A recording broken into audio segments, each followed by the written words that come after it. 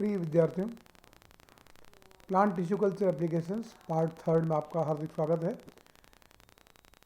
पूर्व में हम पादप उत्तक संवर्धन की कई सारी उपयोगिताएं या जिसको हम कह सकते हैं कि एप्लीकेशंस के ऊपर हम चर्चा कर चुके हैं, जिसमें germ plasm conservation, micro propagation और कई सारे मेथड्स के बारे में हम यहाँ पर चर्चा कर चुके हैं।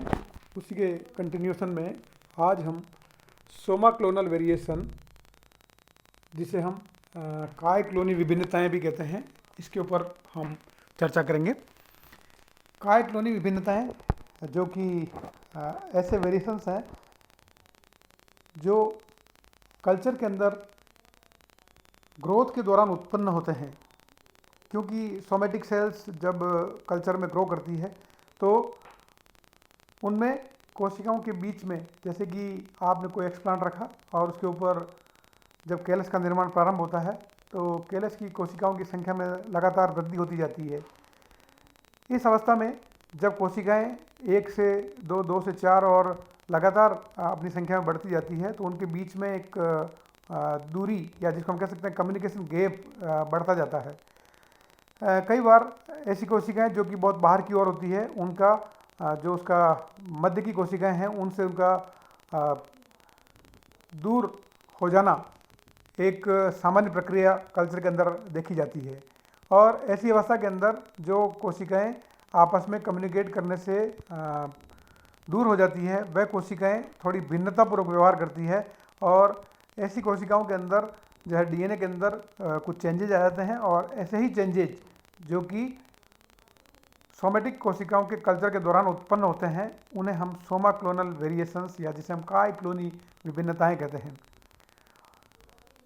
Soma clonal variations found in somatic cells dividing mitotically in culture, a general phenomenon of all plant regeneration systems that involve a callus phase।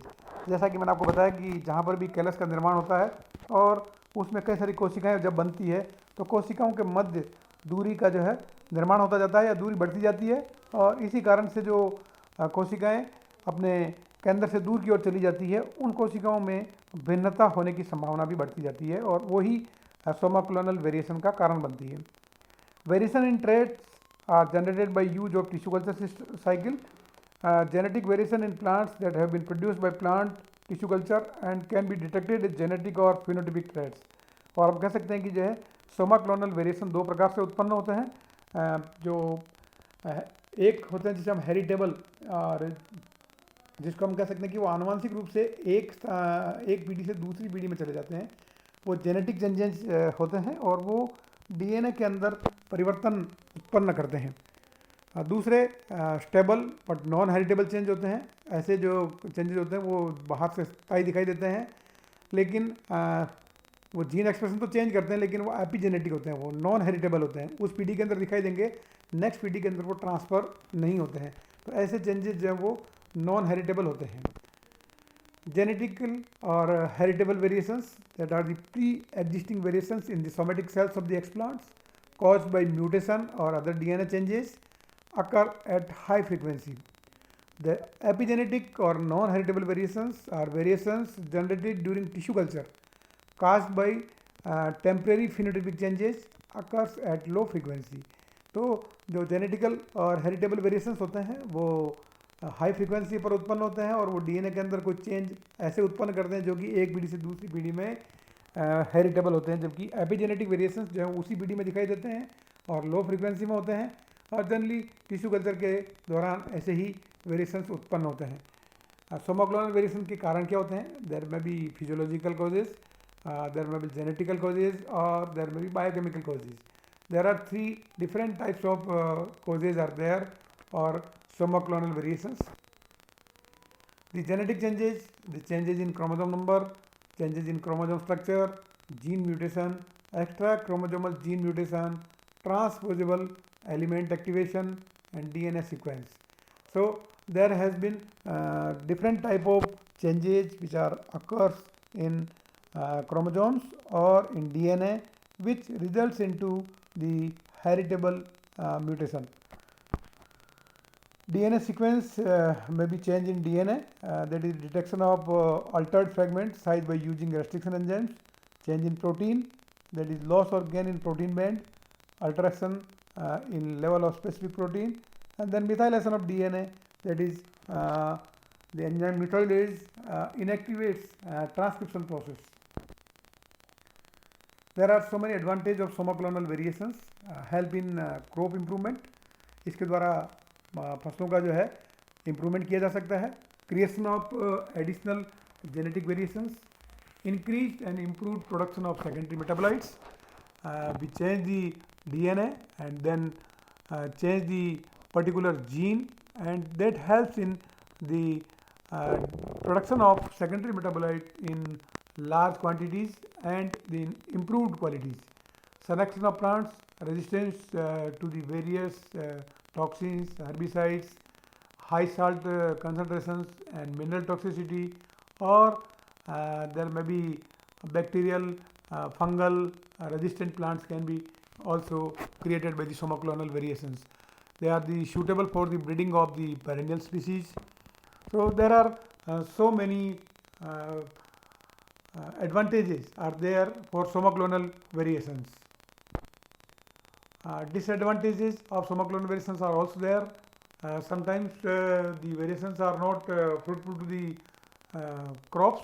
A serious disadvantage occurs in operation which requires clonal uniformity, as in the horticulture and forestry industries, where tissue culture is employed for rapid propagation of the elite genotype. Somaclonal variation जो है कई बार जो elite genotypes जो हैं जिनका multiplication हम कर रहे हैं उनके अंदर कभी कभी जो है ये वेरिएशंस उत्पन्न कर देता है, जो कि क्लोनल यूनिफॉर्मिटी को डिस्ट्रॉय करता है, और इसकी वजह से जो है बनने वाली पॉपुलेशन जो है वो कई बार inferior quality की बन सकती है.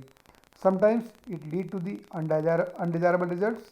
Selected variants are random and genetically unstable, requires extensive and extended field trials, not suitable for complex agronomic traits like yield and quality, may develop variants with pleiotropic effects which are not true. So somaclonal variation may be positive or negative. If they are positive, then they can be helpful to the crop improvement, and if they are not positive or it may be negative, then they can produce the inferior quality of the crop species. Somaclonal breeding procedures use plant cultures as the starting material. Idea is to target single cell in multicellular culture, usually suspension culture, but callus culture can work much effectively wants as much as contact with selective agent as possible. Optional, apply physical and chemical mutagens, apply selection process to culture, target very high kill rate, generate screening dosage. Lethal dosage is dependent upon the expected number survival cells. Regenerate whole plants for surviving cells, that is direct organogenesis और embryogenesis. जैसा कि बाजरे के अंदर disease resistant variety का निर्माण किया गया, तो ऐसी कंडीशन के अंदर वहाँ पर बाजरे के कैलस को टिश्यू कल्चर के अंदर ग्रो किया गया. जब टिश्यू कल्चर के अंदर बाजरे के कैलस को ग्रो किया गया तो काफ़ी मात्रा में जब हमारे पास कैलस एकत्रित हो गया तो उसके ऊपर ग्रीन ईयर डिजीज, और हम कह सकते हैं कि जो है स्क्लेरोस्पोरा ग्रेमिनिकोला का माइसीलियम उसके ऊपर कैलस के ऊपर ग्रो करने के लिए रख दिया गया. और जब वो कैलस फंजाई के माइसीलियम के कारण मरता गया, लेकिन कुछ कैलस की कोशिकाएं ऐसी थी जो कि उस फंजाई के माइसीलियम से इंडिफरेंट ग्रो करती रही, और जब फंजाई के द्वारा टॉक्सिन प्रोड्यूस किया गया लेकिन उसके बावजूद भी वो कोशिकाएं वृद्धि करती रही, और ऐसी कोशिकाएं जो कि ग्रो करती रही उन्हें सेपरेट कर लिया गया और उन्हें अलग से कल्चर करके एक्जेनिक कल्चर जिसको हम कहते हैं उसका क्रिएट किया गया, और उन कोशिकाओं को जब रीजनरेट करके और प्लांट्स का निर्माण किया गया तो वो सारे के सारे जो प्लांट्स हैं वो डिजीज रेजिस्टेंट, और हम कह सकते हैं ग्रीन ईयर डिजीज से रेजिस्टेंट थे.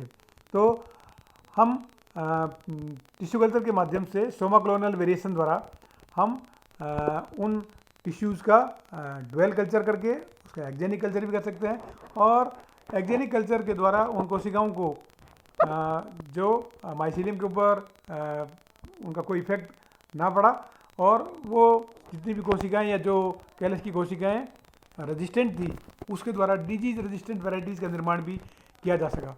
तो टिश्यू कल्चर के द्वारा स्क्लेरोस्पोरा ग्रेमिनिकोला का ये एग्जाम्पल सोमा क्लोनल वेरिएशन का सबसे अच्छा उदाहरण है, जिसके द्वारा डिजीज रेजिस्टेंट वैरायटीज़ का निर्माण किया जा सका। और साथ साथ में हम उस फंजाई का जो कि ऑब्लिगेट पैरासाइट होने के कारण कल्चर में ग्रो नहीं कर सकती है, उन फंजाई का भी हम कल्चर के अंदर ग्रो करने के अंदर हमें सहायता मिली, क्योंकि उसको लिविंग मटेरियल कल्चर में ग्रो करने के लिए चाहिए। और उस माध्यम के अंदर जब हम कैलस का निर्माण करते हैं और कैलस की कोशिकाएं जो कि लिविंग होती है उसके ऊपर जब हम फंजाई को एनोकुलेट करते हैं तो फंजाई उस कैलस के ऊपर ग्रो करती रहती है, और इसी प्रकार हम उस फंजाई को ग्रो करते करते हम देखते हैं कि जो है वो कैलस से उतर के नीचे माध्यम पर चली जाती है और उस माध्यम के ऊपर ग्रो करने लग जाती है। तो ये हम ड्वेल कल्चर से फंगस का एक्जेनिक कल्चर जिसको हम कह सकते हैं कि जो फंगस उस कल्चर माध्यम पर भी ग्रो करने लग जाती है। तो एक ऑब्लिगेट पैरासाइट को हम माध्यम के अंदर कल्चर भी कर सकते हैं, और साथ साथ में उस फंगस के द्वारा प्रोड्यूस करने वाले टॉक्सिन के द्वारा जो कैलस की कोशिकाएं नहीं मरती है और उसके बाद भी ग्रो करती रहती है, वो उस फंजाई के खिलाफ रेजिस्टेंस कोशिकाओं के रूप में कार्य करती है, और उन्हें हम रीजनरेट करके और हम कह सकते हैं उसके द्वारा हम प्लांट बना करके डिजीज रेजिस्टेंट वैरायटी का निर्माण भी हम कर सकते हैं। तो सोमा क्लोनल वेरिएशन का ये एक अच्छा उदाहरण है जिसके द्वारा हम डिजीज रेजिस्टेंट वैरायटी का निर्माण भी कर सकते हैं। Requirement for the soma clonal breeding, effective screening procedure is required. Most mutations are deleterious. With fruit fly the ratio is 800 to 1, deleterious to the beneficial. It is the example where how soma clonal variations are the more dangerous. Most mutations are recessive. Must screen M2 or later generations. Consider using heterozygous plants, but some say you should use homozygous plants to be sure effect is mutation and not natural variation. Haploid plants seems a reasonable alternative if possible. Very large populations are required to identify desired mutations. And can you afford to identify marginal traits with replicates and statistics? Estimates 10,000 plants for a single gene mutation. So these are the few usage of soma clonal variation where we can say this may be a good example to create disease resistant varieties. Thank you.